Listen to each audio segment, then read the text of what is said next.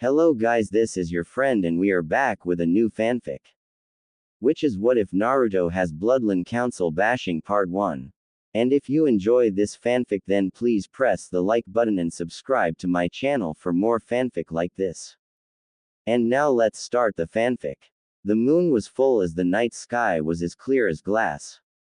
Unfortunately, for the people of Konoha, a night like this was not a night to enjoy since the night peaceful silence was instead filled with the noise of chaos that was going all around.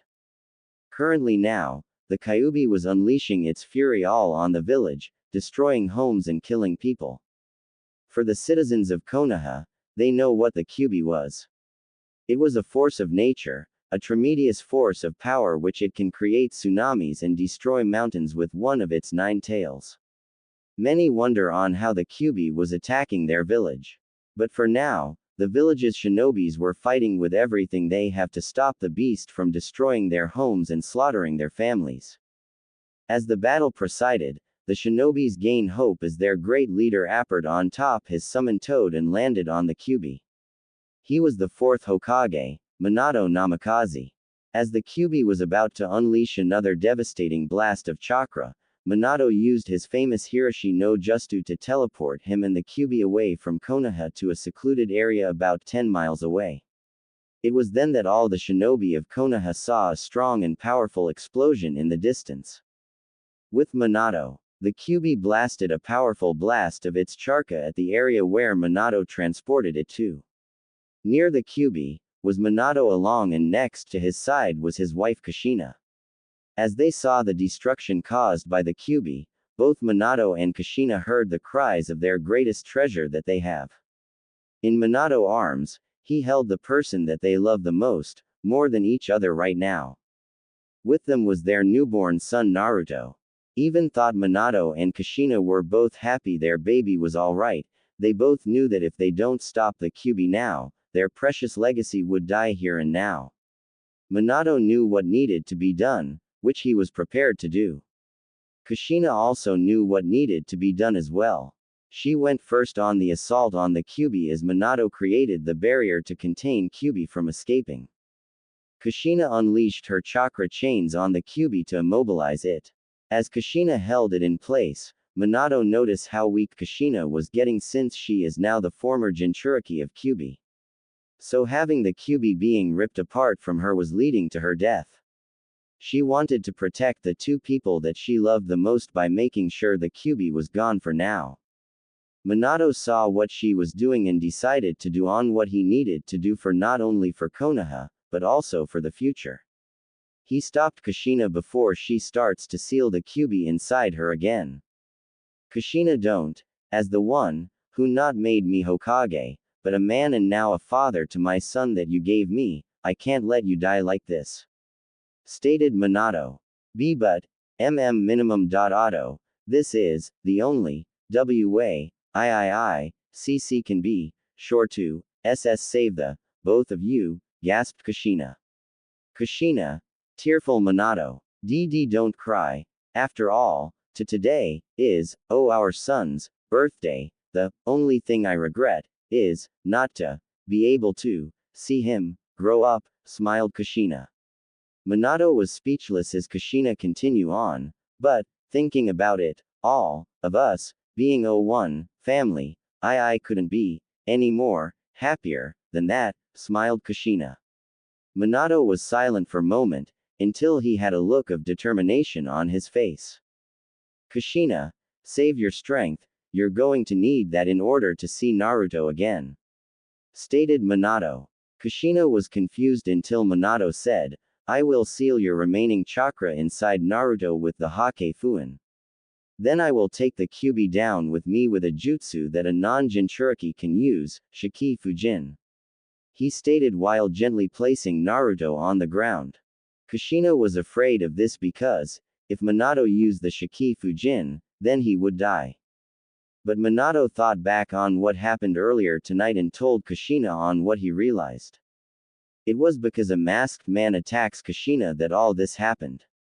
He then thought about what Jiraiya said about the child of prophecy, that he was told, and he believed now that it was his son since he was born in this moment of time as the masked man attacked Kushina to release the Kyuubi.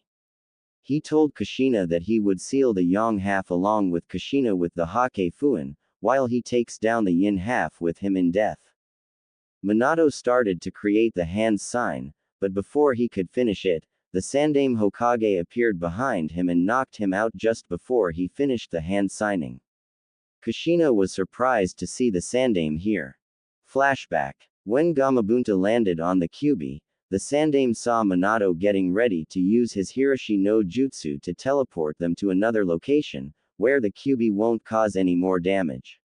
The Sandaime quickly went to the Kyuubi and touched its back, just in time as Minato teleported them to the area. There, the Sandaime saw Minato putting up the barrier to keep the Kyuubi contained. The Sandaime was ready to help out Minato, when he saw him bring forth Kushina and, from what he guessed, his newborn son. He heard Kushina going to sacrifice herself to save Minato and Naruto, but the Sotobi heard on what Minato said he was going to do, and overheard about the masked person attacking Kushina. Sarutobi heard on what Minato said and couldn't help but agree with the decision. Of course he had other plans since now he knew that Minato needed to live, as well as Kushina so they can truly be with their son. The Sandaime was ready to use a special jutsu that he learned for such equation like this ever came up. Unbeknownst to everyone, the third taught himself a bit of Fuinjutsu in cases of emergency. He decided to use the same jutsu as well on the Kyuubi to spare Minato, as well as use another jutsu that would save Kushina's life since he knew that their child would need them in order to one day be able to fight the masked man. End flashback. The Sandaime appeared and knocked out Minato with a nice chop on the back. Kushina was surprised to see him here. Kushina was about to ask him, but was silenced when the Sandaime said that he would perform the jutsu instead as well as save her life. Sarutobi-sama, why you can't, the village needs you, panted Kushina. No, the village needs Minato more since he is young, while Naruto not only needs his father, but needs his mother just as much. I overheard everything on what Minato said, and I have to agree with this decision, but instead I would be the one to do it, stated the old Hokage. Kushina gasped in surprise, but before she can argue with him, the Sandaime spoke. Kushina, I'm old, I have just lost my wife because of the masked man.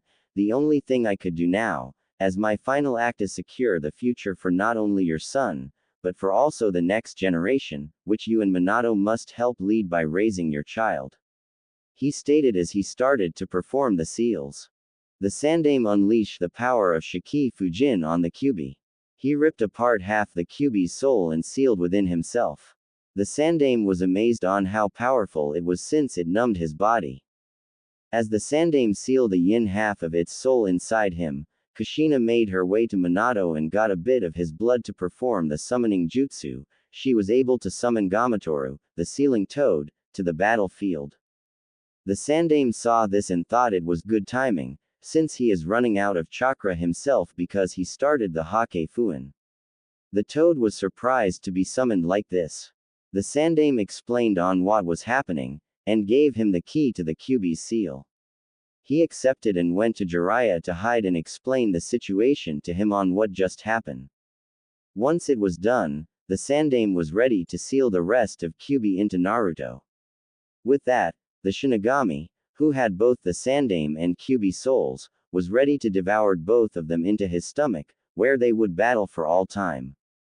But before that, the Sandaime used the last of his strength to perform one last jutsu, which he used the last bit of strength to heal Kushina's body from the Kyuubi being extracted from her.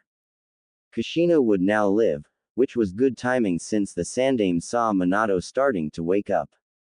With this, I can leave both Konoha and the future to this family, since I know that they can shape and lead the next generation to a brighter future when the time comes. Thought the old Hokage as he died. Kushina was saddened that the Sandaime died in front of her eyes, but she was also very grateful to him since he not only saved her life, but her family as well as all of Konoha. She saw Minato starting to stir. As she did, she heard her son sleeping peacefully. She couldn't be any happier to know that she and Minato can be with their son, they can be a family from now on. She quickly struggled herself to get to her young son, so she can bathe him in her warmth and keep him from getting cold. Of course, her feelings of happiness for her family didn't last for long since a strange light appeared around her son. Kushina gasped and tried to move quickly to get to him. But before she can reach him, he disappeared in a flash of white light. As Minato began to rise after the Sandaime knocked him out, he heard his wife starting to cry. She was crying for the disappearance of her baby. Minato quickly went to her and asked Kushina on what happened, which she told him that their baby disappeared in a holy white light. As reinforcements arrive, both Kushina and Minato just looked into the night sky and cried in tears, knowing that their family was incomplete. As the shinobi gather and take the Sandaime back to Konoha, Kushina made a silent prayer for her son being safe. Night. It was a calm night, with the world at peace as everyone slept in Wales, England. In a solitary village, a family of 3 was sleeping peacefully until they heard the cries of a baby coming outside.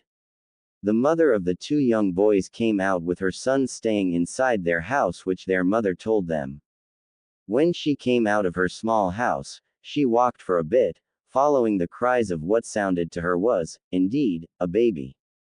After walking for a few moments in the open grassy plain area behind her house, she spotted a crying baby on the ground. She quickly ran towards the crying infant to see that it was a baby boy, a newborn from what she can tell. She quickly took her blanket that she used to cover herself to keep herself warm, and covered the infant boy from the cold. Once she got him, she quickly calmed him down while taking him to her home. Once inside, the mother sat in a rocking chair with the baby in her arms. After calming him down, the mother couldn't help but wonder why a person would leave a cute baby boy, but then saw the red aura that was starting to surround him for a bit before dissipating. After seeing the red aura, it was then that she started to believe that this child was more than what he appears to be, even if she doesn't know what it was yet. Before she can try and figure it out more on this baby, her 2 sons, who were awakened from the baby's crying, came up to her to see the child. "Hey mom, who's the baby?" asked her oldest son with brown hair. "I don't know, sweetheart, but I do know that he is special," answered the mother. "Really? Why's that?" asked her youngest with red spiky fallen hair, in a 2-year-old gibberish way. "Because he is both your new little brother," cheerfully replied the mother. "Our little brother?" Both boys replied. "Yes, I'm going to adapt him, okay," said the mother. "So, what are we going to ring up our new baby brother?" asked the older brother of the, now, 3 brothers. Thomas Springfield, is that all right, Nagi?" smiled the young mother as she looked at her second youngest son. Nagi smiled as he looked at his new baby brother, unaware on the red aura that was surrounding his new baby brother. Right now in his office, the Yondaime was working and reading some documents. As he read them, his mind would sometime wander from his work to his family.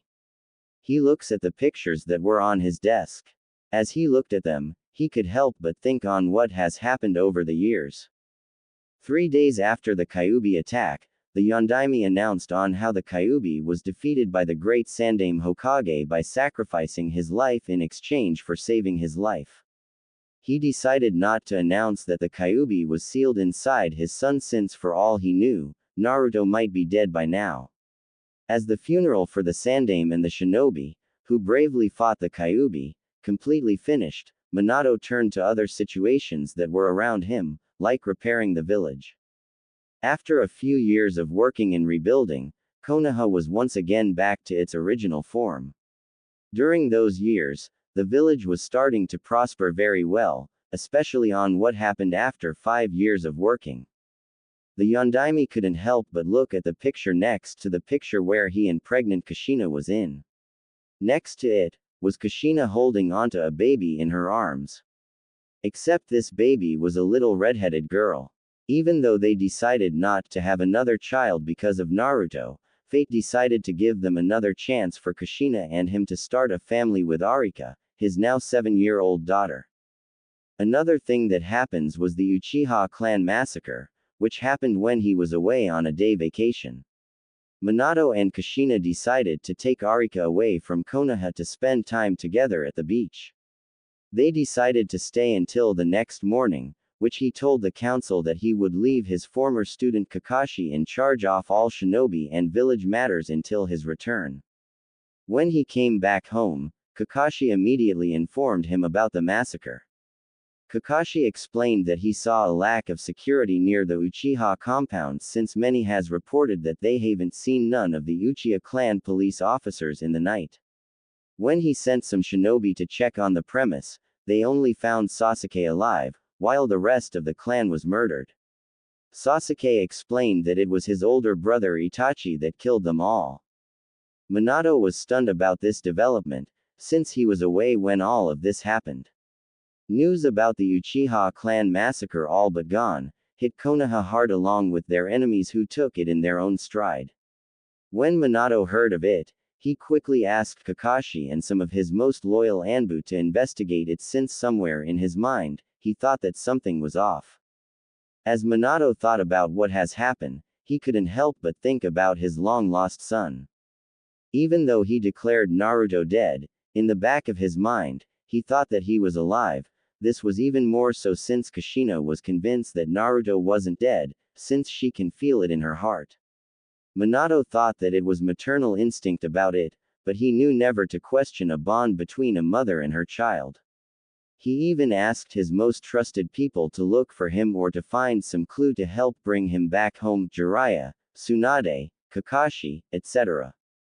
His thoughts were interrupted when he remembered that in a few days, the Genin graduation exam will commence. As he thought about the exam, he couldn't help but think of his own son. He believed that his son should be in this exam like the others in his age group. As he thought about it, someone else was thinking the same thing. Namikaze Mansion, currently making lunch for a little girl and her husband that was going to arrive for his meal soon, was Kushina. Kushina Uzumaki Namikaze, the wife of Minato Namikaze, the Yondaime Hokage. She usually spends her time between home and working in the hospital as a nurse, to sometime teaching future kunoichi in the academy. As she cooked, she couldn't help but see her playful daughter Arika running around the backyard. Kushina just watched as Arika played with one of the summoning toads that Minato summoned for her.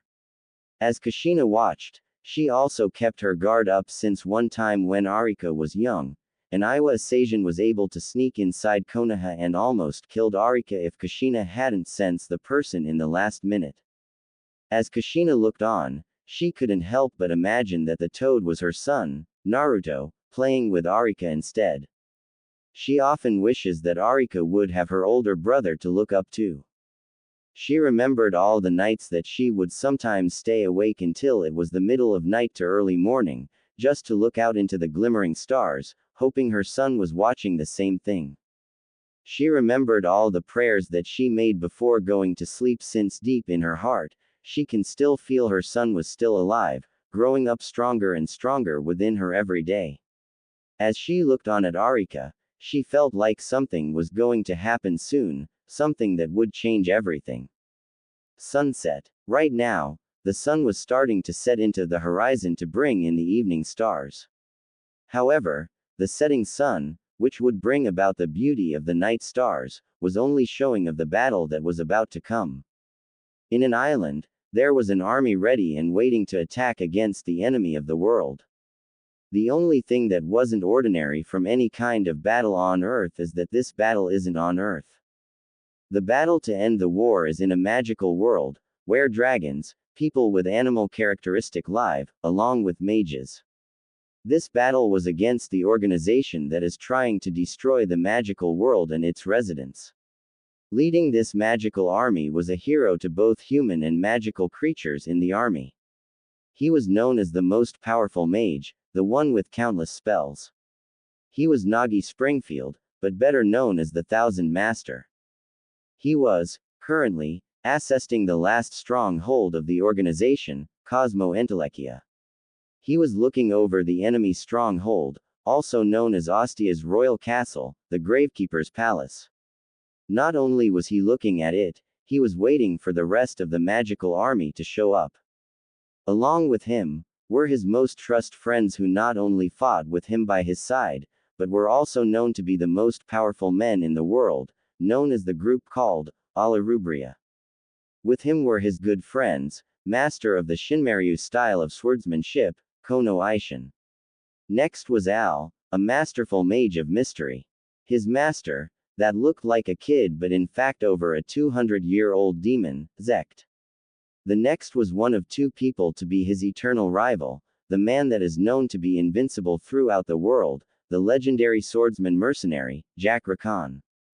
Finally, his second rival, who not only at his LV, but is also his adapted younger brother, a young boy of 17 years of age who is not only known as the true Thousand Blades, but also a master of the Shinmaryu arts of swordsmanship but also called the Elemental Master, Thomas Springfield to most, but to his family and friends he is known as Naruto Uzumaki Namikaze. Naruto wore clothing that were similar, if not resembling, to Nagi's. The only difference was that he wore loose, baggy navy blue jeans, wore a short-sleeve orange shirt, a yin-yang pendant in a whirlpool design around his neck as well had a clay-tempered Japanese samurai sword where he held it with his left hand, not to mention that the handle was extra strengthened cause of the grip that Naruto uses. As all of them watch on, Nagi broke the silence of the calm before the storm.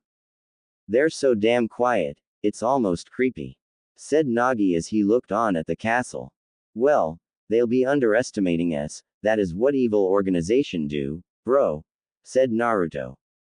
It was then that one of the military personnel came up to Nagi and the others to report that the army is ready, which Nagi gave instructions. They then contacted another member of their group to organize the rest of the army, which sadly aren't here yet. Al looked worried as he said, "I'm afraid there isn't any time to make any delayation. We'll just have to make do with what we got. The time limit is upon us," replied Ainshin. "Indeed, the enemy has already begun the ceremony to return this world into nothing.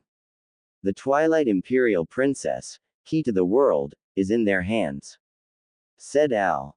"Yeah," said Nagi. Nagi then said, "All right men, let's," before being interrupted by his little brother Naruto. "Nagi, wait. What is bro? We don't have time to wait," said Nagi. "I know that, but before we go just remember what we are here to do. I know you have a personal agenda on freeing the little princess, as do I, but that is not your only agenda here.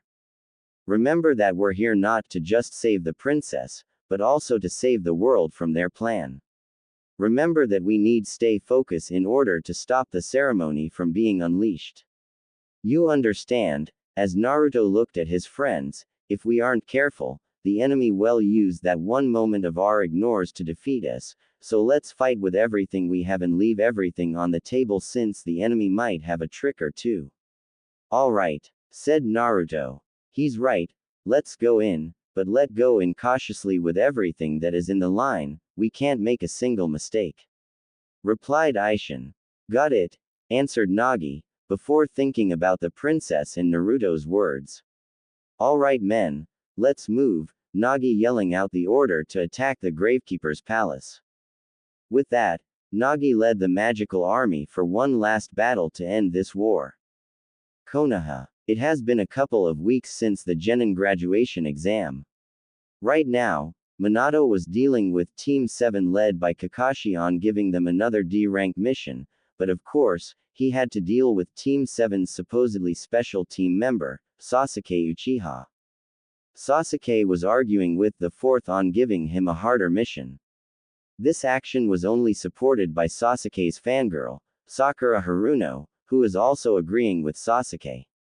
Minato disputed with Sasuke, but his former student, Kakashi said that it would be alright to give them a higher mission for them. Minato sighed, which he then decided to agree to Kakashi's request. "Alright, if you think they're ready to take on a higher mission Kakashi, then you're on," said Minato. This pleased Sasuke since he was getting tired on these low D rank missions. Team 7 looked at the Yondaime, seeing him decided on what kind of mission that they can get. Alright, I have a simple C rank mission. It's a bodyguard mission to a client, said Minato. Team 7 wondered on who they will be guarding, which Minato answered their curiosity when he brought out the client. He was an elder man with gray hair and beard along with the fact he kinda looked overweight. His name was Tazuna, a bridge builder, the one who is hiring Konoha Nin to protect him from bandits and make sure that he finishes making a bridge. So these brats are going to protect me, some protection, they looked pathetic, said Tazuna. This made the genin irk, except Sai, who showed no emotion about it. Kakashi then replied, "Don't worry, these guys can handle a couple of plain bandits, and if anything, I'll be there to handle the rest." With this, Kakashi ordered his squad to get ready to leave the village, while Tazuna went to the gate for their arrival. As Team 7 left the office, Minato couldn't help but had that strange feeling again, like he did a couple of weeks ago. As he thought about it, he saw the wind change, like it was signaling him that something was coming. It was made even more ominous when the ink he uses to write down the documents made a bit of spill, but resembles that of the Uzumaki symbol. Currently, at an open platform, outside one of the palace's towers, Nagi held his opponent by his neck after the intense battle that he had with him. "Magnificent, your strength is truly ludicrous," said enemy. "The Twilight Imperial Princess, where is she? Answer me that before you die," Nagi ordered as he panted from the battle. "Hey, hey, don't tell me you are still under the foolish impression that I am the one behind all of this," said the enemy as he saw Nagi's comrades come out of the building that the battle had taken place. What? Questioned Nagi. Before Nagi could ask, Naruto saw something out of the corner of his eye and yelled, "Brother! Watch out!" in fear. The next thing Nagi knew, he and the enemy he was holding was shot through the gut by someone. His friends came immediately to help him out, but then noticed that the person that shot Nagi was getting ready to fire another powerful blast at them. Everyone put up their own powerful barrier or defense to block the incoming attack. At that moment, a huge blast of magical power was fired at them, as big as a 3-story building. They tried to defend against it, but were taken down. Once the blast died down, everyone was on the floor completely injured from mild to serious injuries. Rakan, for example, has lost both his arms from the blast as he tried to hold it back. In that moment, when the smoke cleared, the mastermind of the war made his grand appearance, which he came to the stage of the battle. He wore a black cloak that covers everything about him. He looked like the British style of royalty Grim Reaper. He was called the Life Maker, or Mage of the Beginning. Everyone was frozen in fear, but despite all that, only 2 rose to meet the challenge that fell upon them. Nagi, with all his serious injuries, was the first to stand and prove his legendary status as the Thousand Master. Closely following Nagi's determination, the second was his younger brother, Naruto. Naruto, with his sword in hand, stood right beside Nagi, ready to prove why he was called the Elemental Master, or the true Thousand Blades. As they stood, the others who are still down, looked up to see them ready to fight, even with the injuries that they have. Nagi, with most of his serious injuries, were located at his right arm, bleeding badly, along with the hole in his gut. Naruto had lighter wounds, a bleeding forehead, arms with bruise and scrapes, but his left arm was the most serious since it had more deep gashes where blood ran down from it. "You can't. Nagi. Naruto. In both your states, Al said before Nagi interrupted him. "Al, use all the magic you have left to heal the both of us." "But a ridiculous healing like that would," said Al. "It only needs to last us for 30 minutes. Replied Naruto. Al was about to protest about it, but then Nagi and Naruto's master, Zekt, stood up beside them, to join the fight against the Life Maker. But before that, they noticed that the ceremony was starting to activate. Things were grim, until Naruto spoke up. Guys, I'll go where the ceremony is taking place, I'll see if I can buy us some time to stop the ceremony. Unfortunately, that means that you two would have to face this bastard by yourselves. Said Naruto. No prob bro, you find the ceremony and try to take care of it, we'll deal with him. Replied Nagi. The two of you can't possibly face him alone. Yelled out Al. If we don't defeat this guy here and now, then the world will be reducing to naught. We don't have any other choice. Said Zect. Nagi wait, it's no good, this guy is on whole other LV. You'll die, we have to regroup for now, said Rakan before Nagi interrupted him. Oh, come on, this is like you Jack. We won't make it if we hang around doing nothing. Said Nagi. After which he declared that he would defeat the mastermind no matter what. With that, Nagi and Zect went to fight the Life Maker, while Naruto, using the distraction that both Nagi and Zect provided, to go inside the palace to try and stop the ceremony that was already taking place. For 10 minutes, Al and Rakan heard the noise of battle between Nagi and Zect against the Life Maker. At the same time, they were relieved to see that Naruto was slowing down the ceremony on the destruction of the world. With this, they were buying some time in order to stop this. After a few more minutes, everyone was shocked to see that Nagi defeated the Life Maker in a fantastic display of lightning power. After a few moments of waiting, Al got a telepathic communication from Nagi. Hey Nagi, honestly, you never cease to amaze me. Exceeding my expectations every single time, said Al. Now for the princess, no, more importantly, the ceremony. I've defeated their leader, but during the battle, Naruto told me that they already led the ceremony. Naruto is currently using whatever he has left to try and slow it down, especially since his wounds open up again.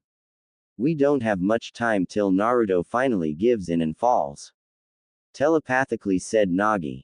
What? They've completed. And Naruto is using whatever strength he has left trying to delay its activation, but with his injuries reopening, at this rate, Al said before he was interrupted when he felt a power increase of some kind.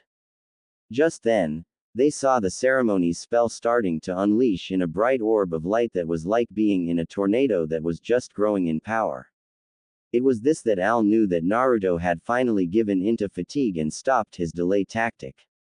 Al was thinking that it was over, but then overheard Princess Arika. It was then that Al and Rakan knew that the main fleet that was being led by both Princess Arika and Princess Theo. They ordered their soldiers to create a barrier to stop the ceremony.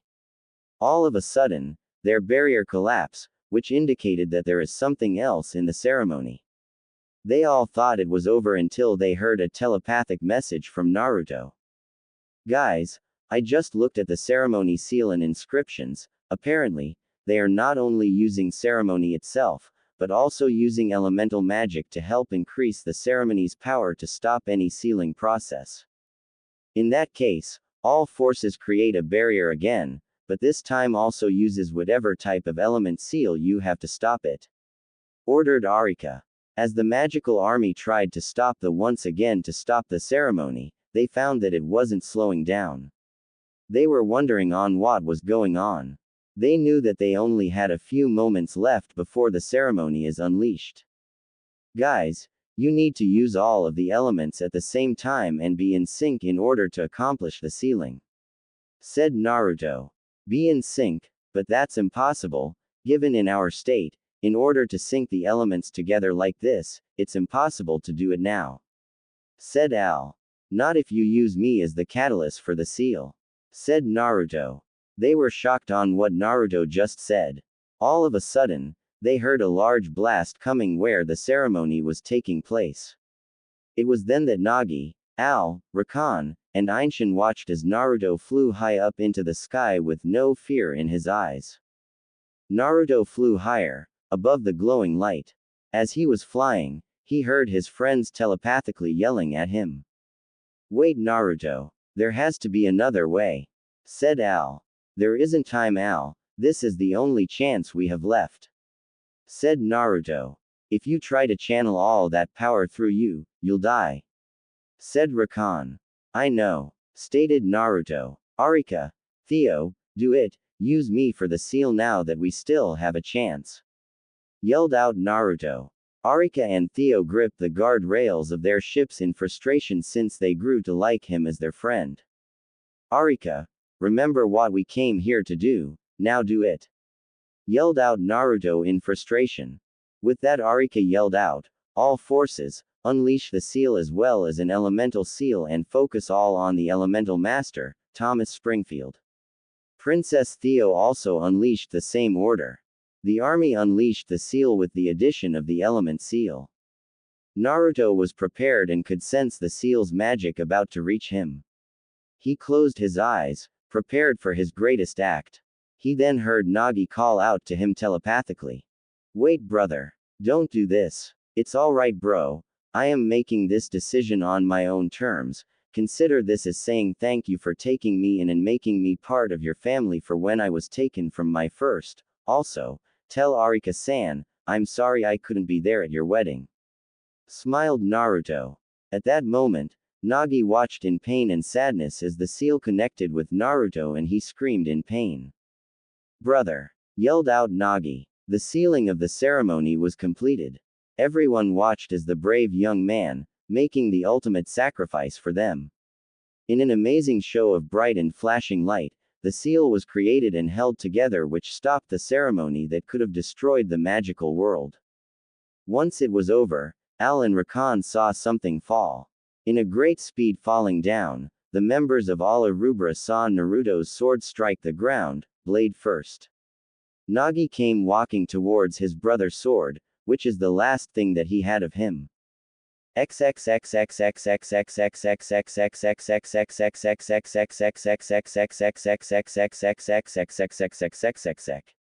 Naruto POV. Right when the seal struck him, he gathered whatever magical power he had left to harmonize all the elemental magic together to synchronize them.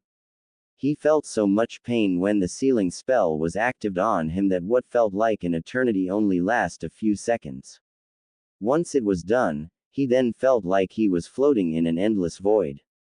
So this is it, this is how it ends for me, HMPH, at least I was able to outdo my brother for once. Naruto smiled and thought, too bad, I wish I could have seen the look of shock on Nagi's face. It would have been a pleasure to see him so surprised like this. Said a mellow voice. Huh, I would have settled on finally outdoing both my brother and Rakan on our rival matches, Kurama. Said Naruto to the Kyuubi. Naruto, are you going to be okay? I know at this moment that we don't have much time to live yet. I wished you could have seen your parents for once in your life. Said another mysterious voice. I'll be alright. I'll be able to see them again. After all, where we are going, everyone will be going to the same place in the afterlife. I will wait for them when the time comes, Sarutobi Gigi. Said Naruto. Naruto was mentally talking with the Kyuubi and the Sandaime Hokage. He knew about them for a good few years now, thanks to his family and friends. Naruto, my time is drawing near. With you having little magic power left, my spirit can no longer stay in this plane anymore, but even so, I have to thank you, cause through your eyes, I was able to see a whole new world beyond my imagination, a world of possible peace and tranquility, even if it was for a short time. Said the Sandaime Hokage as he began to fade. See ya, old man, I'll be following you in a moment, alright. Said Naruto. The Sandaime disappeared in front of Naruto as he too began to drift towards someplace. He looked to see a bright light getting bigger and bigger, driving the darkened void that was surrounding him for a while. As he began to go through it, he felt like he will be at peace now.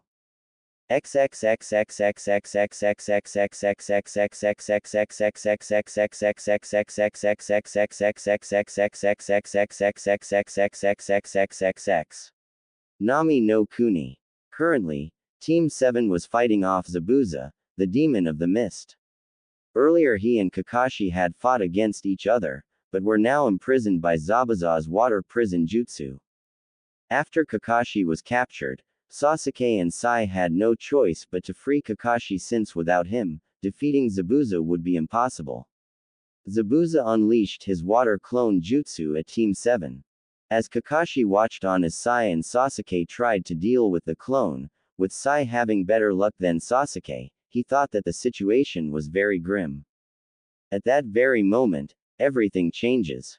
Above them, everyone heard what sounded like lightning and thunder or a mixture of the two. They all looked up to see a vortex of some sort appearing above Zabuza and Kakashi. Everyone wondered what was going on, but then as quickly as it came, it disappeared. As it was disappearing, something fell out of it. That something was a person, with a hood covering the face, as he fell towards Zabuza.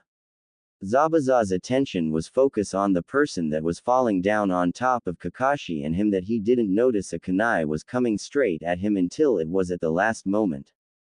The person dropped into the water as Zabuza's attention was back at his opponent.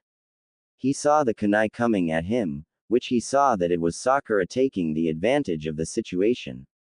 With Zabuza momentary distracted, the clone also disperses, along with Zabuza's water prison jutsu stopping and freeing Kakashi.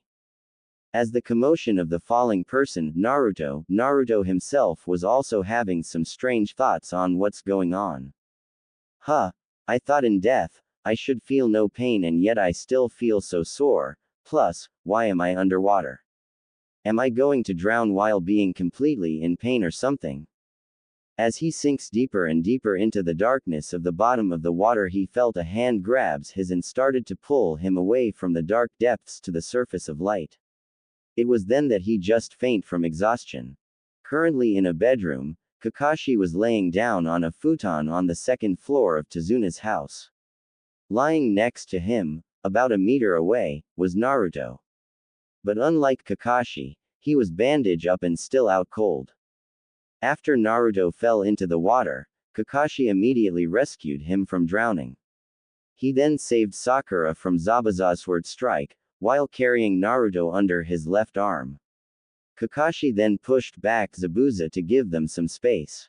Kakashi placed Naruto near the shore, which he ordered his team to not only protect Tazuna, but also help the unconscious person, whose face was hidden because of his hooded cloak. Once Team 7 drags the person to shore, Kakashi then focuses his attention on Zabuza. He used his Sharingan to copy Zabuza's movements, which he was able to get the upper hand.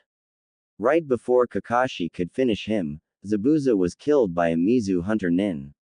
Once the Hunter Nin took Zabuza's body, Kakashi's team immediately came up to him, while he walked towards them. But it was also then that the effects of Sharingan took its toll on Kakashi and knocked him out. Team 7 decided to take Kakashi to Tazuna's house to get some rest. But before making that decision, they looked at the person that was lying before them. Sakura took a closer look at him, but once she touched his body, she felt something warm on his left arm. She thought it was his arm trying to warm up again from being in the cold water, but when she looked at her palm, she saw that it was blood and that he was breathing shallow. After deciding on what to do, they took him to get him some medical attention. Once in the house, they took Kakashi to the second floor to rest, the same with Naruto, who they don't know, to start some medical stuff. Sakura knew a bit of medical knowledge from the academy, while Tsunami, who also knew a bit of medical knowledge, helped in bandaging the person. They stripped him of his clothes to see that he was young blonde spiky-haired teenage boy. As they strip him down, Sakura couldn't help, despite the situation he was in, he was quite attractive. Tsunami quickly saw that his left arm was completely bruised and bleeding badly, along with bleeding forehead, an open deep wound on his right side. Tsunami and Sakura did all they can do and bandage above his waist and hope that he can pull through his own strength. Evening. It has been a day since the battle with Zabuza. Kakashi woke up early evening from his fight with Zabuza. As he looked around, he saw that Sai was watching him. Once Kakashi was awake, he looked around his environment to see that the person that, unintentionally, saves him was here and out cold from the serious injuries that he could see. After gathering Team 7, with Tazuna, and discussing the battle between Zabuza, as well as the likelihood that Zabuza is alive, Kakashi informed them that he would train them in order for them to prepare on fighting Zabuza again. Sasuke grinned on the thought of having another chance to fight Zabuza again, while Sakura looked kinda worried. Sai didn't really care that how his face said about him. Now, since Zabuza is out of the picture for the time being, I'm now more interested in finding out on who that person lying next to me is, said Kakashi, as he once again looked at the young teenager. This time he was more detail on looking at him. Kakashi saw the boy that he had blonde spiky hair and tan skin. He would have liked to get a more accurate look on him, but his face had a few bandages on, along with the bedsheets that cover his body, one on his cheek and another around his forehead. He can also tell that the boy was also strong since his body was well built. Nagima ch. 238. pg. 2 to see Naruto's body features. Of course he can also see some of the bandages that were on his body. After examining the boy, he looked at his team. Were you able to find out anything about him while you were treating him? Asked Kakashi. Not yet, since I only help with some of the bandaging above the waist, while Tsunami looked and bandaged the rest of his body since she saw that he had a few more bruises on him. I did ask Tsunami to give me his clothing so we can check if he had anything on him, answered Sakura, which she brought to Kakashi a few pieces of paper that looked like letters, which some were old and new, a pendant, and his boots. So that's all you've been able to find? What about his clothes? Sasuke asked. Yeah, that's all I found in his clothes. Tsunami put some spare clothing on him before washing his clothing since it was dirty and had dried blood on it, answered Sakura, until she snapped her head up a bit. Oh wait, Tsunami said as she was checking on him that he shouldn't be called a boy for some odd reason while she blushed a bit. Other than that, there was nothing else she saw on him. Sakura said. I see, answered Kakashi, as he thought about the boy and the mystery that surrounded him. Sai looked at the boots to see if there was any hidden sea apartment, while Sasuke looked at the pendant, which brought his curiosity up since it was the yin-yang, but in a way that it was a whirlpool design. Sakura looked at the letters to see that it had some unique way it was made it. The letters written in Latin had two black horizontal and vertical lines near each edge. Above the letter had strange writing that was written horizontally and had many of the strange writing going down. In the center was like a circle with strange symbols. Near the circle was a mute button, a play button and stop button symbol, which she doesn't know. Sakura continued to look at the letters until she'd accidentally touched the play button on the oldest looking letter. When she touched it, a holographic image appeared in front of her. Ah, what is this? Yelped Sakura. Everyone turned to look at the letter that she dropped to see the image of an attractive white-haired woman that looked to be at her early 30s. She wore a white, long-sleeve dress that went down her body until it started to fade from the image it had. Just before they question on how an image appeared from a letter, the person in the letter started to talk. Hey sweetie, how is your training coming along? Even though I know you can take care of yourself by now, I can't help but be a bit overprotective of you since you're still so young, but as your mother I can't help it. I recently have gotten a letter from your older brothers as well. They seem to be doing pretty well, despite their being busy from what I gathered, especially with Nagi with what has been happening with him lately. I hope you send me a letter soon. Have fun and stay safe while you train. Bye my little sunshine, said in a sweet heavenly voice, but with a strange accent. It was then that the letter stopped and the image disappeared. As everyone stared at it, they couldn't help but wonder on how it spoke and from such a little thing. How did it do that? There is no way that a letter can have images appeared out of nowhere, but this one has images and it talked too, asked Sasuke. Sai went to the letter to press the play button again to see that it was playing the same message as before, meaning that it was a recording. Sasuke picked another older-looking piece of letter. He presses the same play button on the other letter. Another image appeared. Instead of the same woman, a young handsome pre-teen boy with red spiky hair going down that looked to be as old as Sire Sasuke. When Sakura looked at him, she couldn't help but think that this guy was even more attractive than Sasuke. Hey little bro, I got your letter the other day. I was amazed that you not only went to India but made past the Himalayas into China. But I'm more amazed that you actually found someone to teach you martial arts as well as basic swordsmanship. That's great, but hey, once you've gotten a little older or when you're gotten stronger, come and meet up with me. I'm sure Aishin, here, can help you train more in swordsmanship. With the same British accent. He was then interrupted by an older person that looked like he was 15 or early 20s appeared next to him. He looked straight-laced and serious, with short spiky hair and brown eyes. His face was narrow, but still looks handsome, even with glasses. He wore a black long-sleeve sweater and finally what looked like brown pants. Wait, what do you mean train him?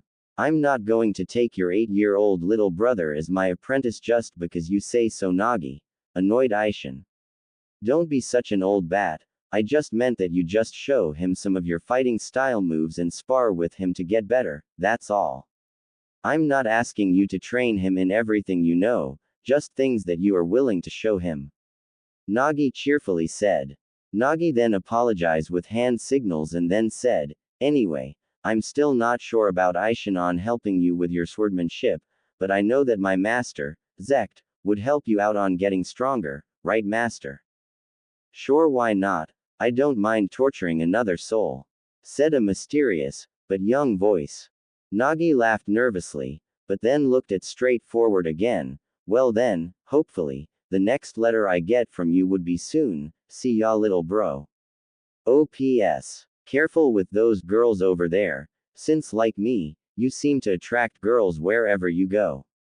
Bye now Thomas, finished speaking. Once the letter was done, the miniature projection stopped as well and back to normal slip of paper. Kakashi and the others were now getting somewhere since they now gotten a few clues. First was that this letter was a couple of years old and that this teenager was 8 years old when he gotten it, almost 10 years ago they guessed. Second was that he was training for something, which they know that it was something with taijutsu and swordsmanship in a place that they don't know. Third was that he had an older brother, but they don't look like each other, while the white-hair woman and the red-head teenage boy did with something things. Finally, the final clue was his name, Thomas. As they were thinking, Sakura decided to get more answers from the 2 final letters. She pressed the play button to see that it was the redhead, but older now, like nearing 18 to 19-year-old.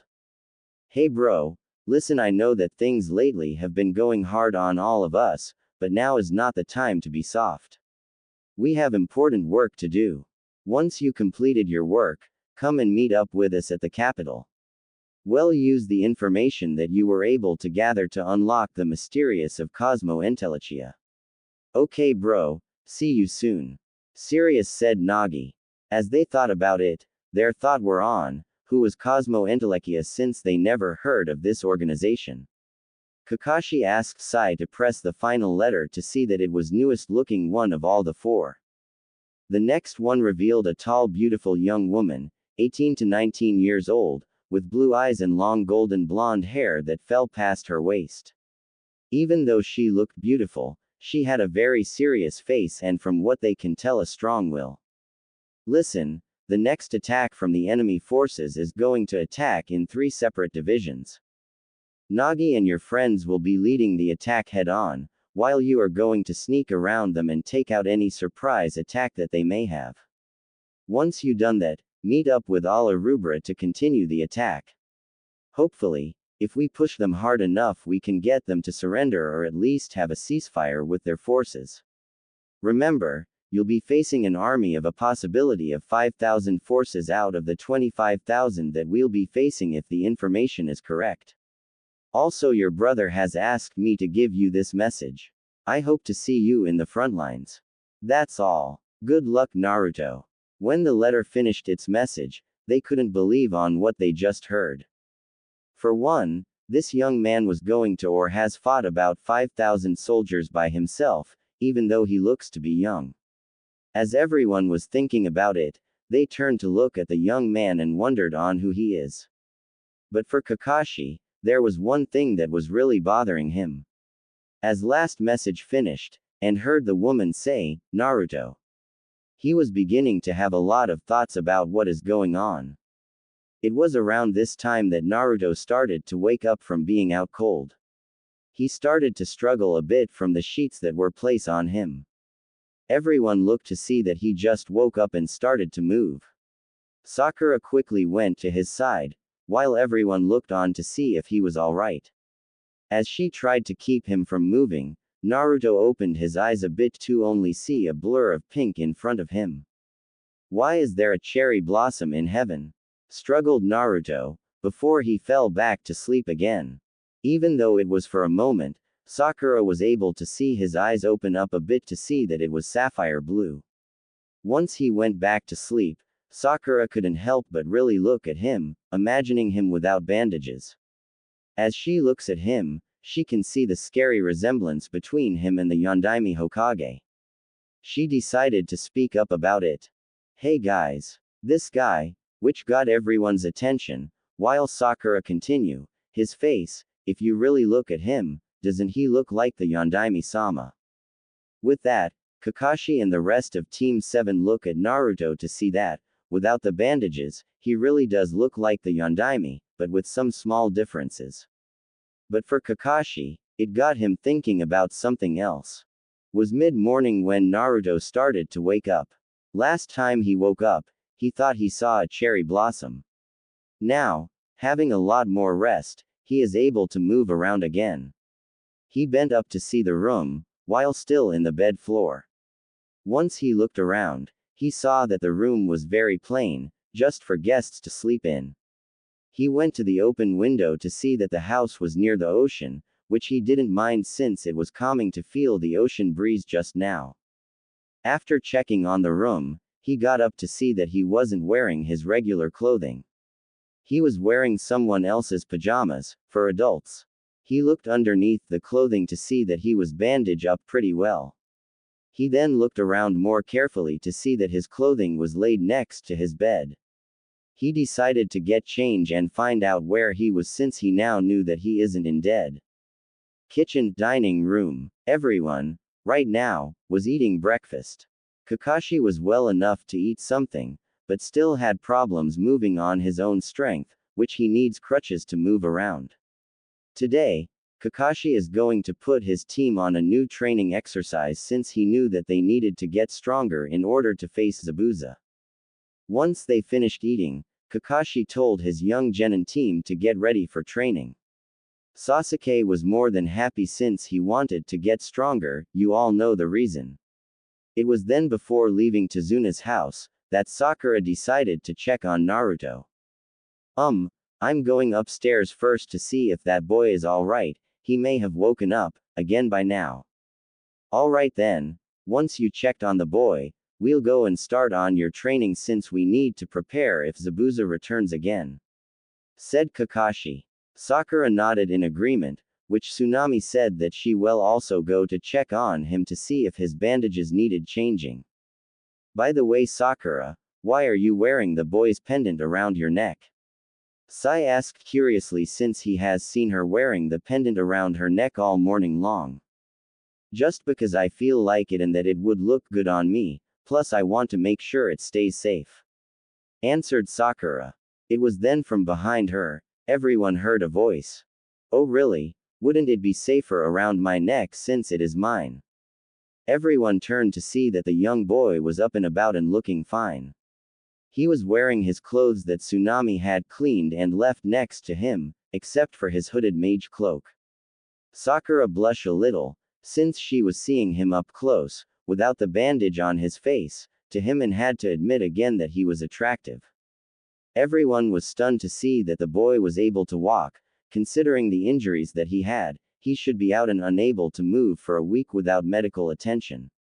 It was then at this point, that Tsunami got her act back together and quickly made it to him. Wah, what are you doing? You're seriously injured. You need to lie down and rest or you're going to reopen your wounds again. Ordered Tsunami. It's alright, I'm fine now. Answered Naruto. No, you're not fine. You need to get these clothes off and get back to bed because of the injuries on your arm and deep wound near your waist. Complained Tsunami, as she tried to move Naruto back upstairs. But Naruto just held back Tsunami to remove his shirt to reveal his chest. Everyone was shocked to see that the wounds on his left arm were almost completely healed up, and the deep wound was only showing bruise signs. I heal ridicules ly fast. Wounds like this will be healed up in a day or so for me. Said Naruto, while thinking, that's because of Kurama and my magical power helping me out. He then looked at Sakura and sticked out his hand in front of her. You mind giving me back my pendant, little girl? Asked Naruto. Sakura complied and removed the pendant from her neck, which Naruto took it back in place around his neck. He then asked on who bandaged him up, which Tsunami and Sakura answered that they did. He thanked them for helping him out, but asks if Tsunami is the one that changed his clothing. Tsunami blushed a little, agreed that she changed him, which he said thank you. He looked around to see the people that were seating in the kitchen. He saw Kakashi, Sasuke, Sai, Tazuna, and Tsunami's son, Inari, which of course, he didn't know. As he looked around the kitchen dining room, his attention was drawn more to Kakashi, more precisely his headband that acted as an eye patch. Naruto looked at Kakashi's headband, which was bugging him about something that Kakashi noticed and decided to speak about it. Why are you looking at me? Kakashi asked. Oh sorry, it's not you I'm looking at, it's your headband. Answered Naruto. You're interested in my Konoha headband? Questioned Kakashi. Konoha? Muttered Naruto. It was then that Naruto gone wide-eye, as he remembered now on why Kakashi's headband was familiar to him. It was the leaf symbol that he remembered on what the Sandaime told one time. Flashback. Right now, a 15-year-old Naruto was awake, on guard duty while his brother and friends were sleeping for the night. He was the first watch on, keeping a lookout as everyone slept.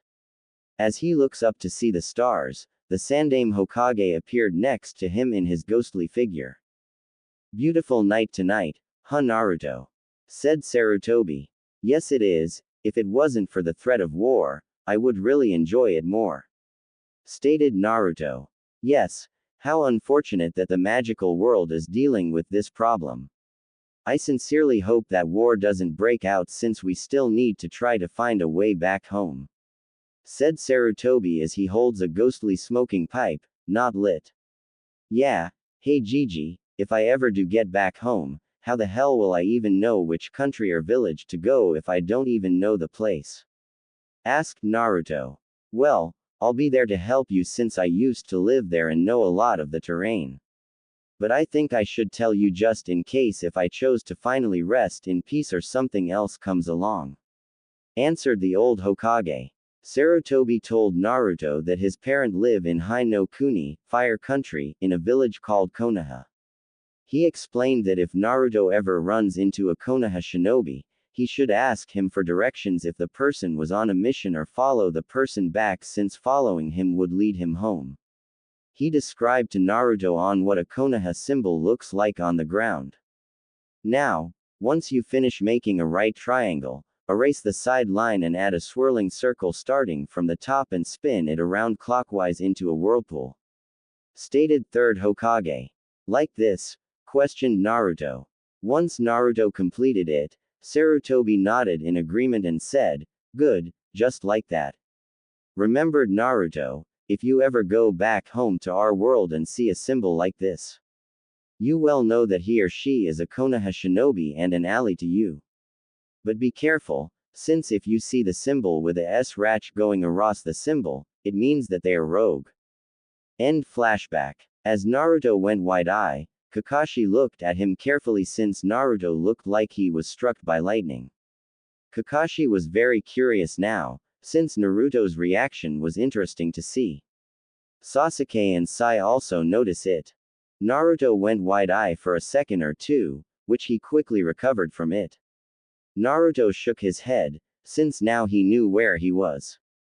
The sealing ceremony that I became a catalyst to must have been much more intense on me than I thought, since I used what was left of my magic, chakra synchronization, along with the magic of the entire army.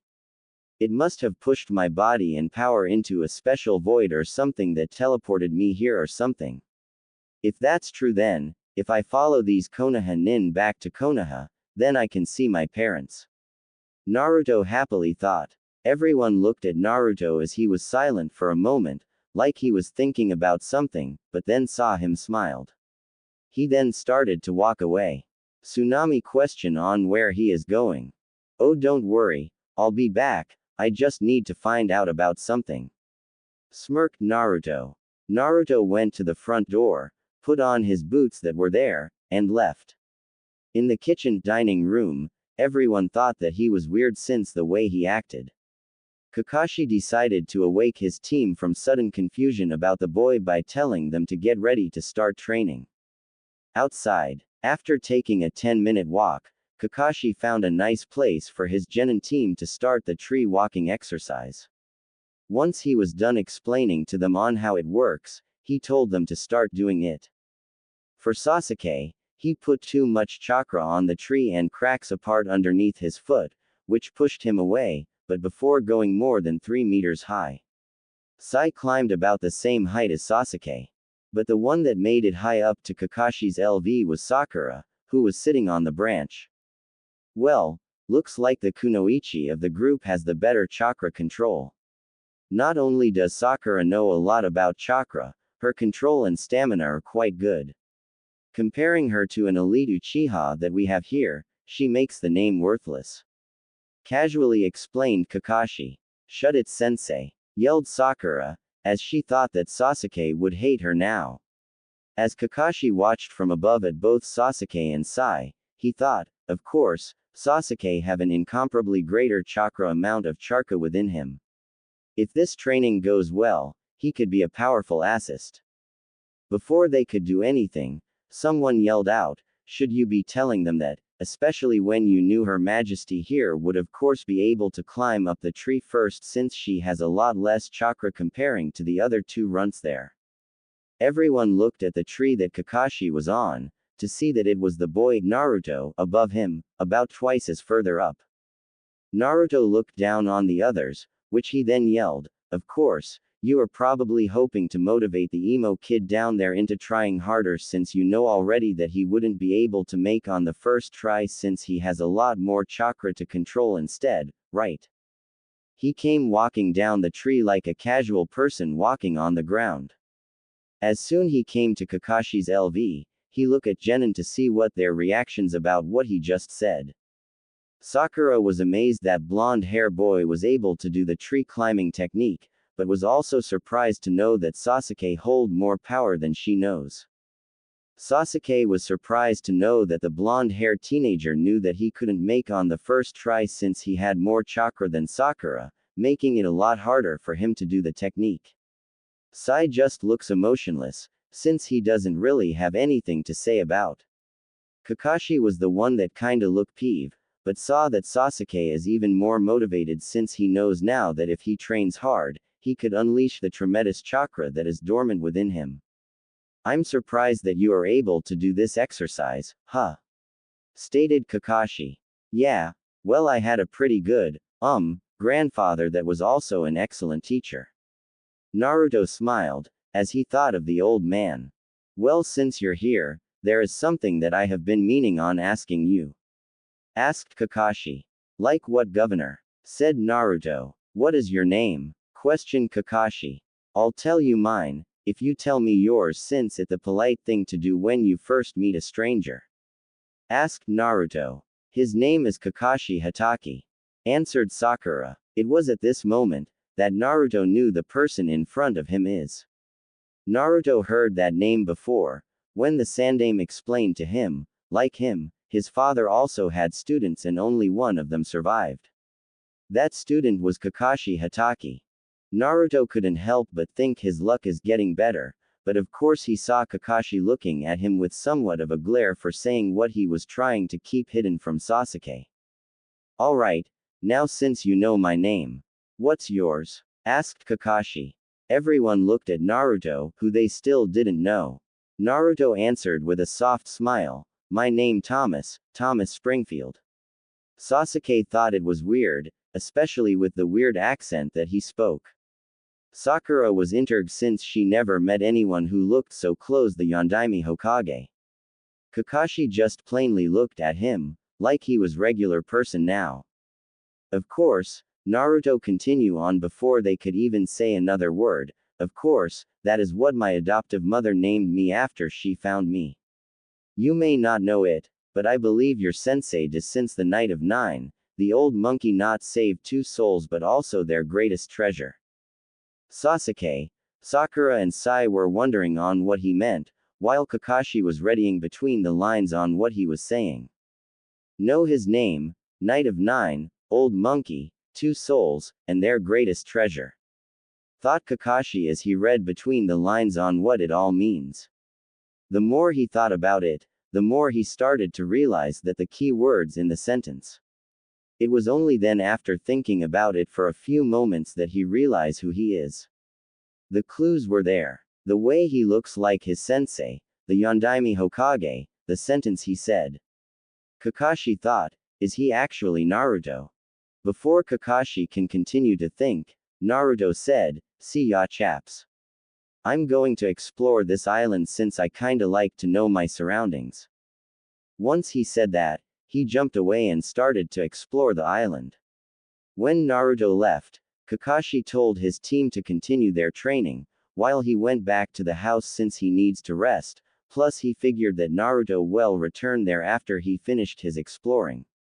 An island about 1 mile away from the island where Tezuna's house is located, there was a large slicing and static noise that can only be heard on the island was made. Inside the forest, Naruto stood in front of the now destroyed, split boulder about half the size of Tezuna's house. He stood in front of it, panting a little, but alright. Judging from how much I used and how hard I'm breathing, I would say I can perform about a 10 of them. That's not too bad, even though I mostly recovered, I can usually perform 18 of them in a row without getting tired. Thought Naruto. True. It is strange, it could be because of this world. Don't forget this world is ruled by shinobi who uses chakra, while you were raised in the mage world that uses magic that is connected more on spiritual energy which this world doesn't use unless it is from their own spiritual powers to mold chakra. Not to mention that the concentration of magic here is lower than back home, even though there is a lot of life force. So I guess it's going to be harder for you to wield your magical power at your true amount. But of course, you have been already trying to figure out on how to compensate on your power, said a voice inside Naruto's mind. But I can make that up thanks to the Sandaime, who trained me in both standard and advanced chakra control, remember Kurama? Thought Naruto. Yes, I remember how he taught you on how to convert your own spiritual and physical energy to create chakra. What's really impressive is the fact that you can split and synchronize the 2 powers of magic and chakra into your own style to give you an extremely high boost. Said Kurama. Yeah, I'm just glad that we're alright after that little experience we took when we fell into our birthplace. Thought Naruto. Now, as you all are wondering, Kurama is the recently now known name of the Kyuubi no Yoko. I will explain later on how Naruto and Kurama got to be in good terms. Flashback. Naruto made it the small island away from the island that Tezuna's house was located. He first found a nice flat boulder that had a good view of the ocean. After finding the location, he went and sat down in a meditating state. Oi Kurama, are you alright? Answer me. Naruto mentally yelled out in his mindscape.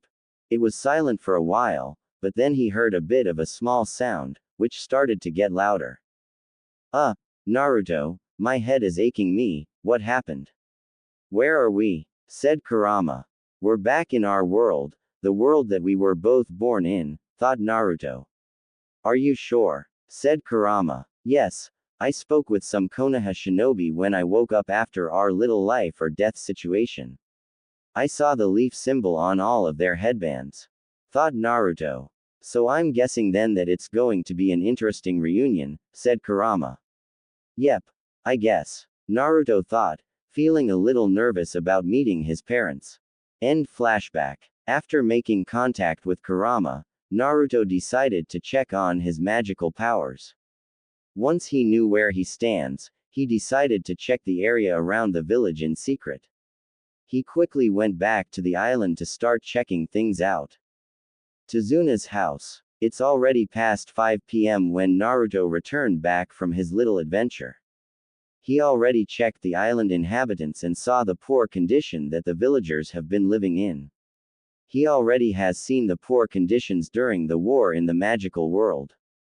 On the way, he bumped into both Sakura and Tazuna. Before he walked towards them, he saw Sakura gave some candy to a little boy, who looked very hungry. He walked up to them and complimented her on it. It was also there that Tazuna explained on how the person who was destroying the people's lives was named Getu. When Naruto saw how these people were starving and suffering, he decided to give them a little help. Naruto went along with Sakura and Tazuna back home to Tazuna's house. Dinner was made by Tsunami, which Tazuna sat in the head of the table, while everyone else sat on the sides. Naruto thanked Tsunami for the meal as well. After dinner, Sakura asked about a picture that was torn, hanging on the wall that had Tazuna, Tsunami and Inari. Naruto heard the sad story about Inari's stepfather. Outside, Naruto stood outside the house, overlooking the night sky. As he continued to stare at the stars, he thought about his brother and friends, as well as wondering if the sacrifice he did for everyone back in the magical world helped save the entire world. Even though he could continue to think about it, he knew that for now, he can't, since there is no way of finding out until he can figure something out. The only thing he could do right now is live in the present and move towards the future, whatever future that lay before him now. His thoughts changed from his own personal problem to the problem of this island. He remembered what Inari said earlier today at dinner. Are you stupid? There's no such thing as a hero. With careless and disgusted voice, Naruto thought back at how his brother as well as all his friends from all Arubra. You're right, kid, heroes aren't born, however, they are made by the people that they hold dear in their hearts, as well as knowing when right thing to do needs to be done like your dad did. I think it's about time that this place starts believing in again when you take up your father's legacy, kid. Naruto thought as he smiled. Naruto knew what needed to be done first, so he was about to go, when he sensed someone watching him. He knew where the source was located, so he just stood there at his spot to speak. You know, if you're going to watch me, I suggest you do a better job than that, right, Kakashi-san? Out of the shadows, Kakashi appears behind him, which he doesn't move to see him. Of course, he could sense him thanks to the powers that he was able to gain when he learned to control Kurama. When Kakashi stepped out, he looked at Naruto, in the moonlight. For a moment or two, he could have sworn that he is seeing his sensei's back. After Kakashi came up towards Naruto, while both of them staying on neutral mode. They stood there for a few moments, until Naruto spoke up. What is it? The way you're looking at me right now is kinda creepy. Is there something bothering you right now? Yes, on what you told us earlier today. Even though it was cryptic, you explained it a way that only I would understand. If I'm right, then, are you really? Stated Kakashi, until Naruto cut him off. Yes, I am. If you are wondering on how I know as well, you can thank the old monkey, since he has been with me for a couple of years now. Unfortunately, he is now resting in peace. Sadly smiling Naruto. Kakashi was finding all this hard to believe, since Naruto has been missing for 12 years, without so much as a clue to where he can be. And the only reason he knows this is that his sensei, the Yondaime Hokage, had asked him to help him search for his son in secret. Before Kakashi can say anything, Naruto spoke up. If you're wondering where I have been for all these years, which I am wondering how long it's been here, we can talk about it another time. Right now, I got some things to do, so good night. After which, Naruto started to walk away from the porch and away from the house. Kakashi would have gone, but he was still on crutches, so he can only do was watch him go and start thinking about on what to do about this new situation along with the situation with Zabuza and Getu. Morning. It's been 6 days since the encounter with Zabuza. During that time, Kakashi was recovering quite well, while his genin team has improved on their chakra control with the tree climbing exercise.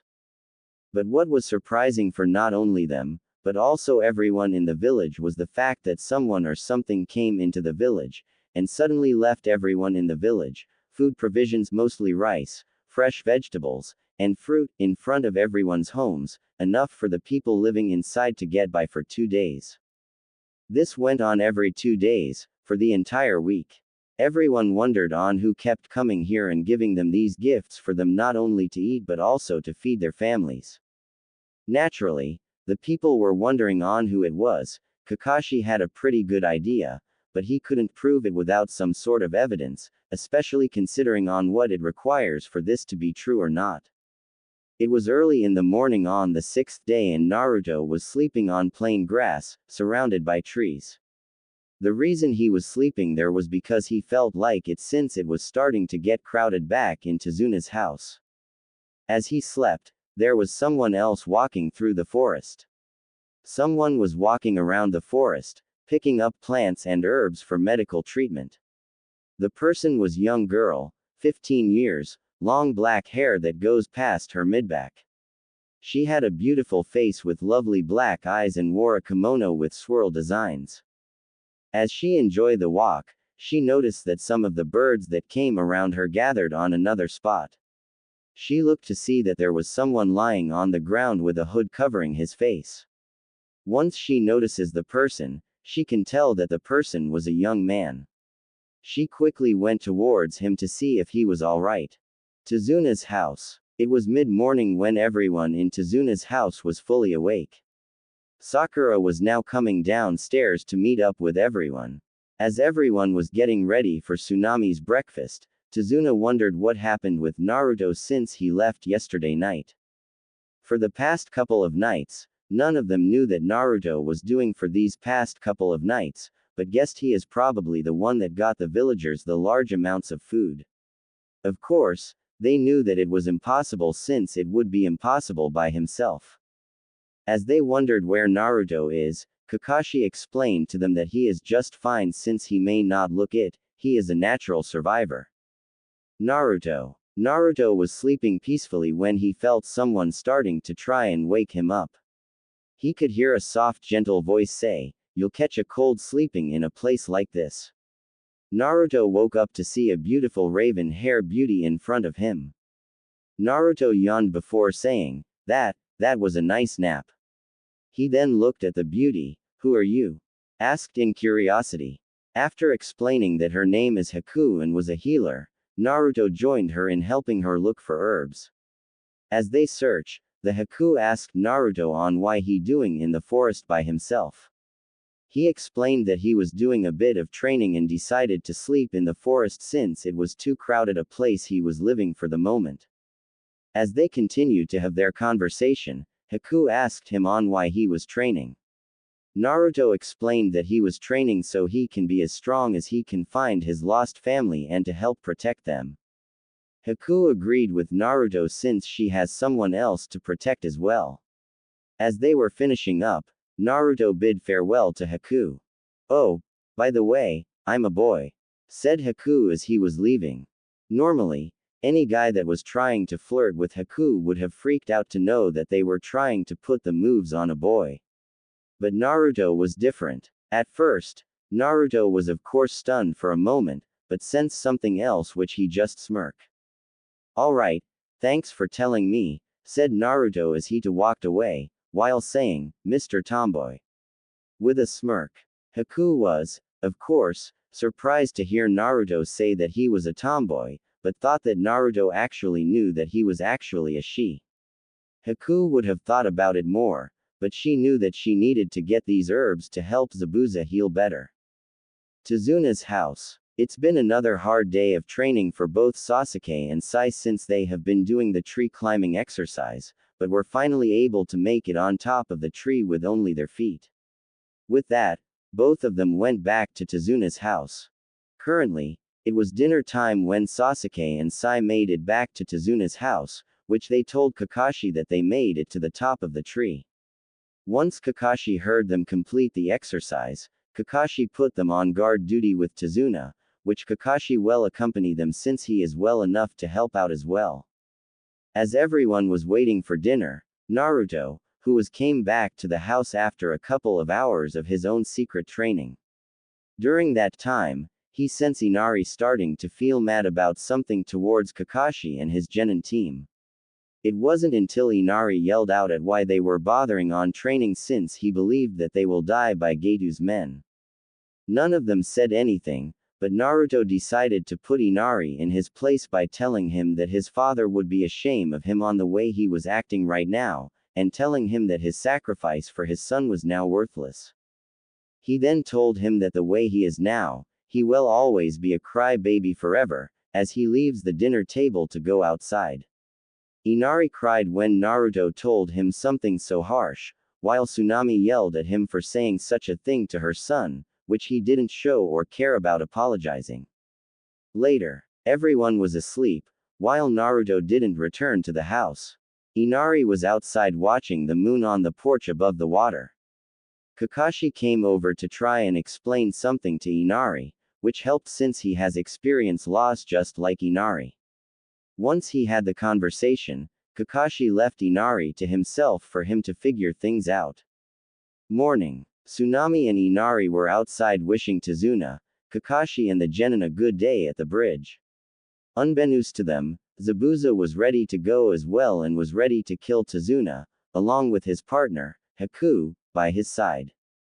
After a while of walking and making it to the bridge, everyone saw the horror that awaited them.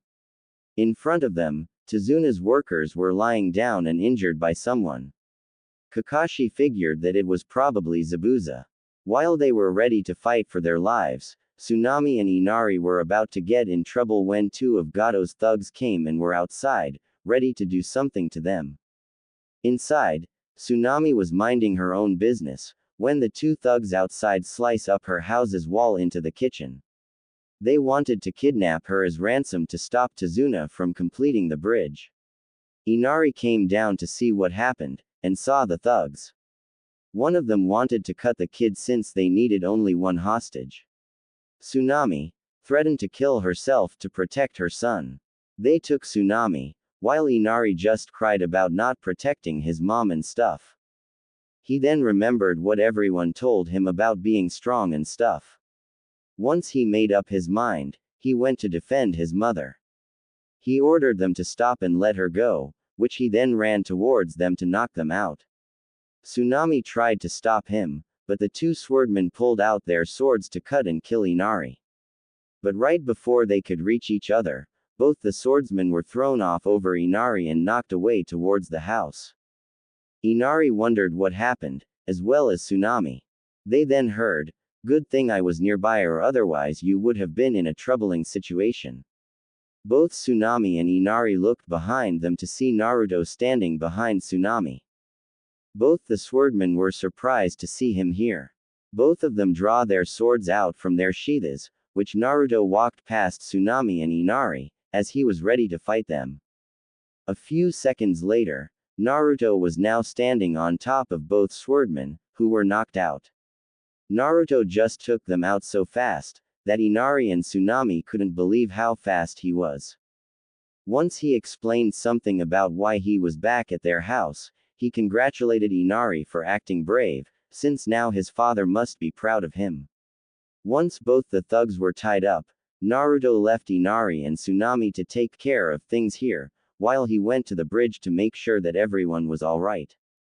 Bridge. Back on the bridge, everyone was on full gear when Zabuza and his partner, the fake masked Mizu Anbu, surprised in their arrival within the hidden mist that Zabuza created.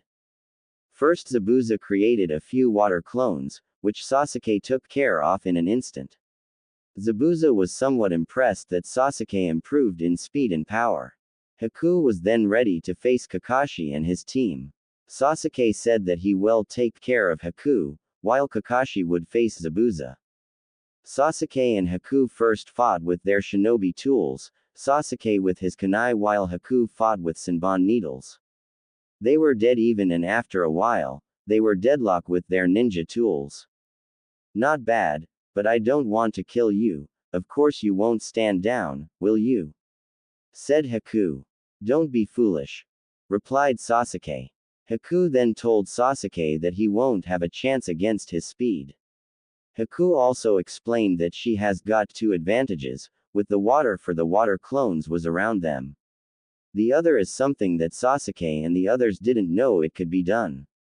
Haku went to perform a jutsu with one-hand signs, which Sasuke or anyone else couldn't believe that it could be done. Around Sasuke and Haku, Haku performed a large-scale needle attack made of water. Sasuke was able to dodge the attack by remembering his training. Once Haku's water needle attack missed, Haku was put on to the defensive, which she was kicked back by Sasuke, back to Zabuza's side. It was then at this time, that Zabuza told Haku to stop playing around. Haku began to release a large amount of chakra, which everyone could tell that something big was coming. Haku unleashed his secret jutsu, demonic ice mirrors. Everyone was stunned that a small dome was made of ice appeared around Sasuke. Haku stepped into the ice, which shocked everyone as he merged with it. Kakashi ordered Sakura and Sai to protect Tazuna, so he can help Sasuke.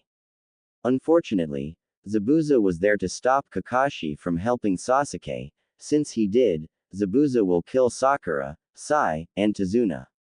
Sakura and Sai formed a plan to help Sasuke by Sai going into to help him, while Sakura would prove a distraction, while giving Sasuke a kunai to help protect him. They went with the plan, but Haku caught the kunai, while Sai was able to get inside the dome. Once Sai was inside, Haku attacked, which Sai used his Nagato sword to block most of the Senbon strikes that came out of all the mirrors. Unfortunately, some Senbon attacks went through and hit both Sai and Sasuke. While Sasuke and Sai fight for their lives, Kakashi was in the middle fighting Zabuza on his own. The hidden mist was so thick that Kakashi couldn't use the Sharingan very well, while Zabuza had an advantage since he can fight with sound alone. At one point, Zabuza attacked Tazuna and Sakura, but were saved thanks to Kakashi while taking a somewhat nasty wound. During the battle, Sasuke was beginning to awaken the Sharingan, which helped in dodging and attacking Haku. Even though the Sharingan helped Sasuke, Sai wasn't able to keep up with Haku's speed and was brought down. Right now, it was now between Sasuke and Haku. After battling it out, Haku put Sasuke on his knees, which Sasuke couldn't do anything since he was completely injured. The mist was able to blow a bit to let everyone see the finishing blow that Haku was going to give Sasuke. It's over, muttered Zabuza as he stares at the ice dome. Sasuke-kun, yelled Sakura. Sasuke, thought Kakashi as he sees Sasuke's demise in front of him. Haku came out of the mirror, with Senbon needles in hand, while Sasuke watched in fear as Haku was about to stab him. It was then that everything changed. Right before Haku can even strike Sasuke, her arm that had the Senbon needles was stopped. This surprised everyone since some of the mist was still blinding, so no one can tell what happened. Haku and Sasuke looked where Haku's arm was caught by someone else's hand. Sasuke thought it was Sai, but then revealed that the person that caught Haku's hand was coming out of Haku's own ice mirror. I am impossible. What kind of jutsu is this, to catch my arm from coming out of my own ice mirror? Haku thought. It's nice to see you again, Mr. Tomboy, said the hooded figure before he strike Haku by blow him away. Haku was sent flying through the other side of the dome and through her own ice mirror, into the guard rail at the end of the side of the bridge. The sudden force that was felt when it blew the mist away to reveal another person wearing a hooded cloak and standing tall inside the ice dome. The hood that covered his face was blown off to reveal that it was Naruto. "Why you?" said Sasuke. "HMPH. Now then, emo boy, you have debt to me which I intend to collect on, got it?" smirked Naruto. Naruto stood tall in front of Sasuke inside the dome, as he looked where he thrown Haku outside the dome. Haku struggled a bit, but got herself up on her 2 feet. As soon as Haku was on both her feet, the mist starting to cover the area again, which Haku thought it would be better for her to fight in. When Kakashi saw Naruto appear out of nowhere and saved Sasuke from death, he was very grateful, but also now curious to see on what he can do. Sakura and Tazuna were pleased to see Naruto appear in front of her even though they knew him as Thomas. Zabuza was stunned to see someone was able to catch Haku, when he was at full speed. Of course, both Kakashi and Zabuza immediately brought back their attention to each other. Haku and Naruto stood in front of each other, while having a hard time looking through the thick mist. For Haku, having the mist cover the area was a good thing since she can use the water on the bridge and mist to help her attack Naruto. Haku used her ice mirror jutsu again to try and get behind Naruto. Sasuke looked back as he saw the puddle of water that was in front of him freeze into ice. In an instant, Haku came out from behind Naruto, which Sasuke would have tried to warn him, but was too weak to say it fast. Haku had her Senbon needles in front of her, ready to put down Naruto since she needed to end this battle quickly to help Zabuza. Right before Haku could even reach Naruto, Naruto instantly moved to the side so fast that Haku didn't notice it. She then saw Naruto caught her left hand which held the Senbon needles with. "Why are you trying to kill Tazuna? Why are you trying to stop a person who only wants to bring hope back to his people in this country?" Naruto asked this question, as they both stood in the stance that they were in. "It because I'm trying to help someone I cherish realize his dream," answered Haku. Haku used this moment to try and kick Naruto's head by using her caught arm for support. Naruto was already a step ahead of her in that department, since he pulled Haku forward before she can begin her attack. He then used his right hand to throw her over his shoulder. Haku did a front flip, which he landed and then looked back at Naruto. Haku would have continued her attack, but was surprised when Naruto was now behind her without even her noticing it. Naruto held his arm out at Haku's face and unleashed a large amount of chakra shockwave. It sent her flying back near Sasuke, who was still too exhausted to move, just kneel. Haku landed about 5 meters away. Sasuke got one of his kunai and was prepared to throw it at her, but Naruto caught Sasuke's hand and put it away.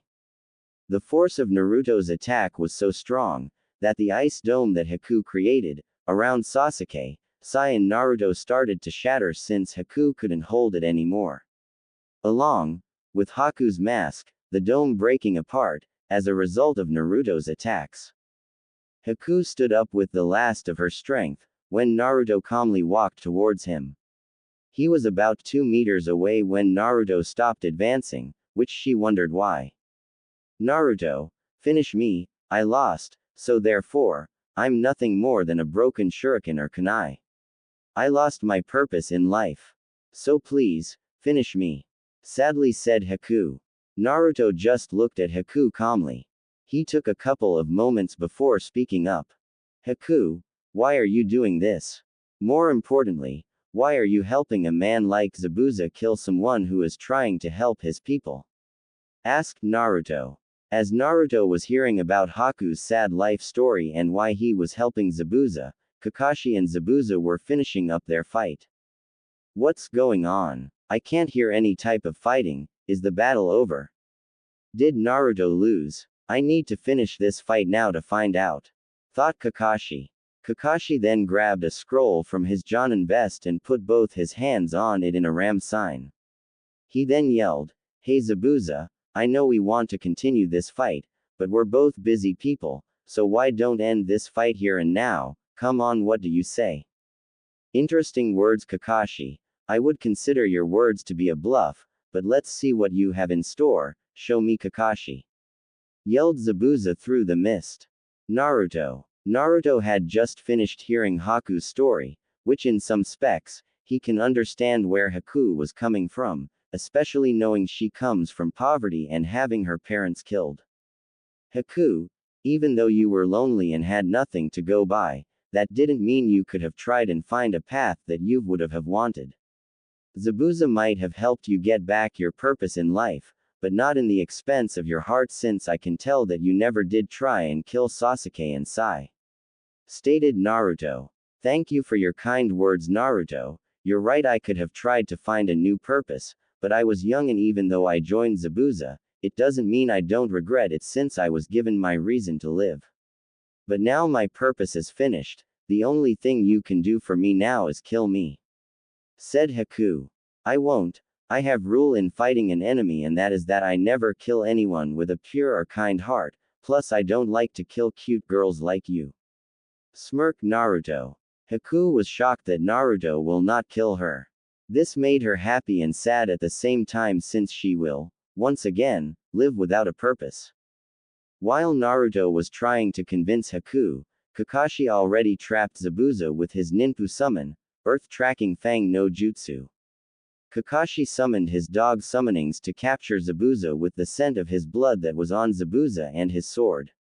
Once Kakashi had Zabuza where he wanted, Kakashi prepared one of his most powerful jutsu, Raikiri, Lightning Blade. Naruto heard the static noise that was coming through the mist. He used his powers to sense that Kakashi was using some powerful jutsu against someone that he was facing, which he guessed was this Zabuza person. The moment Naruto took his eyes of Haku, Haku used her demonic ice mirror jutsu to create another ice mirror near her, which Naruto noticed. He was about to stop her, when he heard her say, "Thank you, Naruto, but now, I can only do one last thing for Zabuza-sama." Naruto realized what she was planning to do.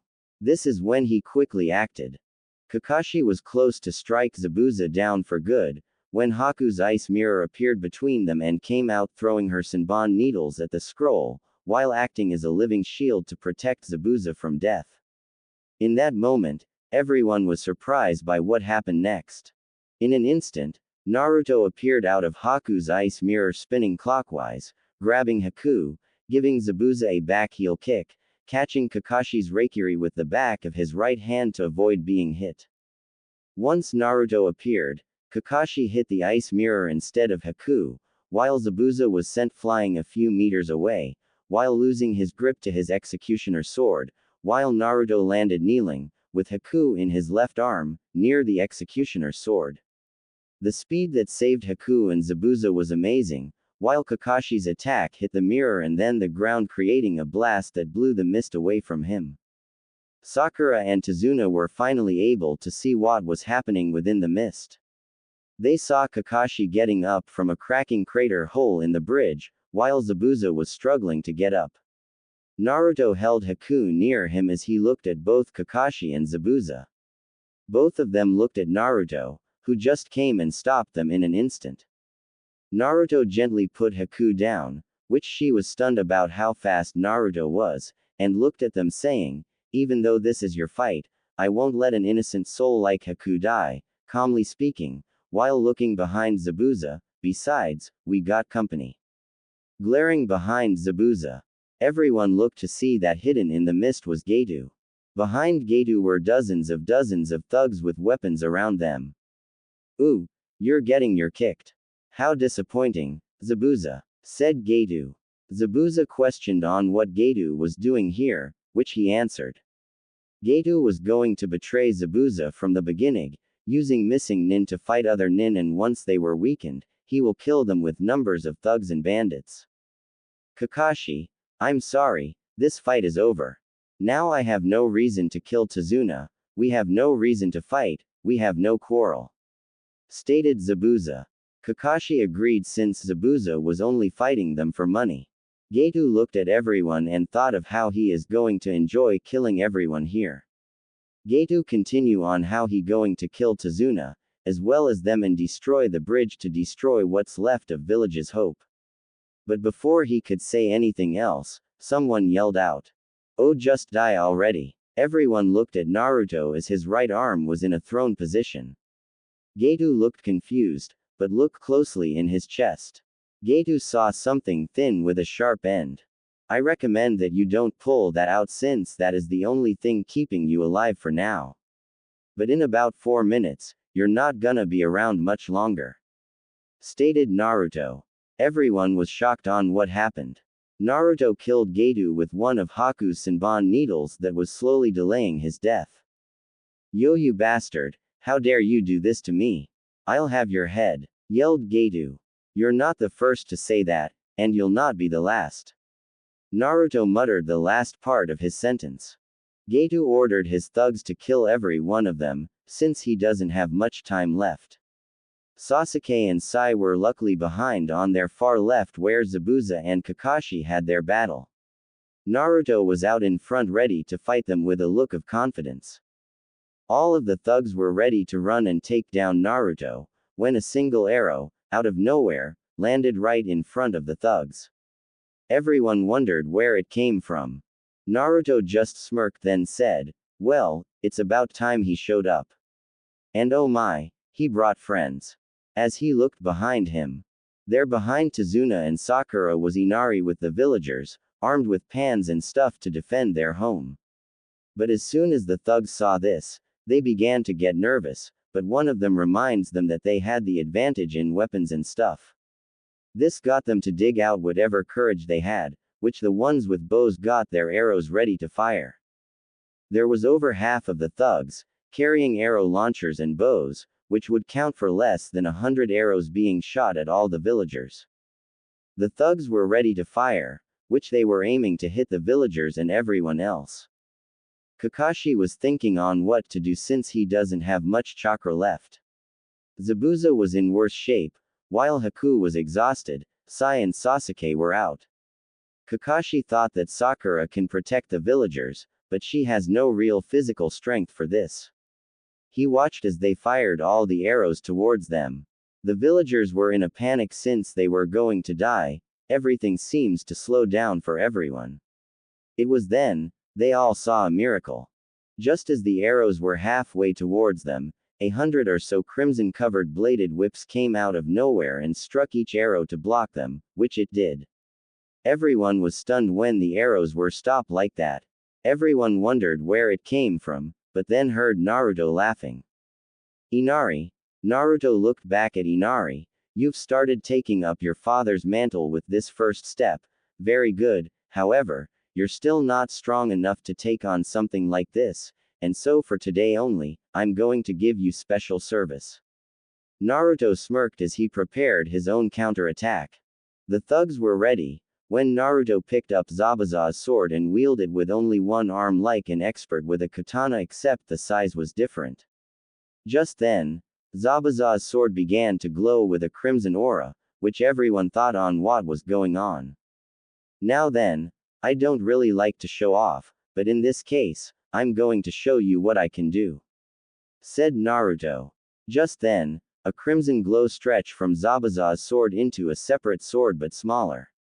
Naruto then dropped Zabuza's sword into the ground and completely focused on the crimson light that turned silver then to metal with a crimson glow outline. He then molded it artistically that constantly and shapely turned into another type of sword. Naruto continues to do this, showing the exotic designs in front of everyone. Everyone couldn't believe on what Naruto was doing. "Here boys, you better spread the word on what I'm about to do as well as the name that did this. My name is Naruto of the Thousand Blade, the master of Kinzuko no Rirasu metal release." Naruto introduced himself. The new sword separated into more than 24 types of swords, which he showed his control by spinning them around him. Kakashi and the others were shocked on what's going since now, Kakashi can feel Naruto's chakra, which was just as strong as his, but he can also sense something else, something that is mixing with it. But what was more unbelievable was the fact that Naruto said he can wield and create metal. The next thing that happened was outstanding. The thugs were caught off guard when dozens and dozens of swords fell from the sky and landed inside the crowd of thugs, which freaked everyone. Naruto smirked. Now boys, that was just for show, but I will go all out on you all if you don't leave, since if you don't I'll turn you all into Swiss cheese. As Naruto handled a sword that was now bigger than Zabuza's sword with ease. This got what Naruto wanted, since all the thugs started to run away towards the boat that Gato used to bring them here. Naruto smirked as the thugs and bandits ran away from the bridge towards the boat. He turned around to smile at everyone, while sticking his sword into the bridge. Gato just stared at what Naruto just did. He was trapped in a circle of sword that pinned him down, while the other swords made openings for the thugs to leave. Gato was so angry, he was going to kill Naruto himself, but he started to feel his heart starting to slow down. Gato tried to fight it, but the death blow that Naruto gave him was just too much. With the last of his strength, Gato grabbed and pulled out one of the swords that Naruto created. He was ready to swing it like it was a buzz saw. Right before Gato can throw the sword at Naruto, Naruto sensed on what Gato was about to do. Naruto just opened his hand, then made it to a fist. Gato was going to throw the sword, when the sword suddenly glows, then unleashed dozens of spikes from it that impaled Gato. Everyone saw how Gato was struck down by the sword that he was about to throw at Naruto. Everyone was scared at how Naruto would do it, as well as the glare and the killing intent that he was giving off. Naruto then whined down on the whole bloodlust thing and looked at the villager and said, "Let's just keep that incident as our little secret, alright?" After years of hard treatment from Gato, Gato was finally dead and the people of Nami no Kuni are free. 2 weeks later, after the events with Gato ended, everything seems to have gotten better. With Gato gone, Tazuna was able to complete the bridge with Naruto helping fixing on what he destroyed or dented with his swords, which they disappeared as soon as he touched them. Kakashi, Zabuza, Sai and Sasuke were in bed, being nursed back to health by Tsunami and Sakura, somewhat. After the battle on the bridge, everyone that was injured was quickly brought to Tazuna's house. Kakashi was placed in bed because of his use of the Sharingan. Zabuza was laid next to him since he not only got deep dog bites, but also his right arm was heavily injured because Kakashi stabbed him with 2 kunais. Sai and Sasuke were in bedridden cause of the injuries they received from Haku, which Sai was out cold for a while. But for Sasuke, he didn't like what happened during the bridge battle. Knowing that Haku defeated both him and Sai didn't sit well with him, but took solace that he was able to awaken his Sharingan. Haku was alright, only received minor injuries by Naruto since he only used just blast waves against her. While during the whole recovery state, Naruto kept calling Haku a girl, while Haku said that he was a boy. Everyone thought that Naruto was nuts, not believing in Haku, until an incident happened between them. It was morning in the end of the first week after the battle. Naruto woke up early that day to freshen up and get to work. He went off to use the bathroom where he opens the door. Inside was something that proved that he was right. Coming out of the shower was Haku, but in a towel that covered her up, but still show off her body, which was curvy with smooth feminine legs. They both look at each other for a moment. "You still now want to be called a boy?" Naruto plainly asks Haku. With that, Haku screamed her head off in embarrassment, which Naruto then walked out of the bathroom and closed the door, before the projectiles that Haku created with her bloodline was able to hit him. Everyone came running towards the noise, to see Naruto close the bathroom door. He then walked away from the bathroom and passed them while saying, "I told you that he was a she." With a smirk. It was then that Zabuza explained on why Haku called herself a boy, to ensure that she was safe. He explained that if they ever met any rogue shinobi that got a kick by raping Kunoichi, Haku would call herself a boy to throw them off. This, everyone agreed that it was a good idea, especially since the way she dressed made it hard for her to identify if she was a girl or boy. Currently, everyone was at the bridge saying their final goodbyes. Zabuza and Haku already left to go back to the Mizu no Kuni since news about the Bloodline War ending with a new Mizukage in charge. Hopefully, with a new Mizukage, both Zabuza and Haku would be allowed to live back home. For Naruto, he was going to travel with Kakashi and his Genin team, Team 7, back to Konoha. With some heartwarming goodbyes, they all left, while Tazuna and his family thought about how thankfully they are for their help. "So what are we going to name the bridge?" asked a villager. "I believe we should call it the Thousand Blade Bridge, for the one who helped bring back our village's hope and courage," Tazuna said, since he remembered on what Naruto called himself back with the thugs. Plus, with a bridge that was named after a person calling himself the Thousand Blades, would mean that he was in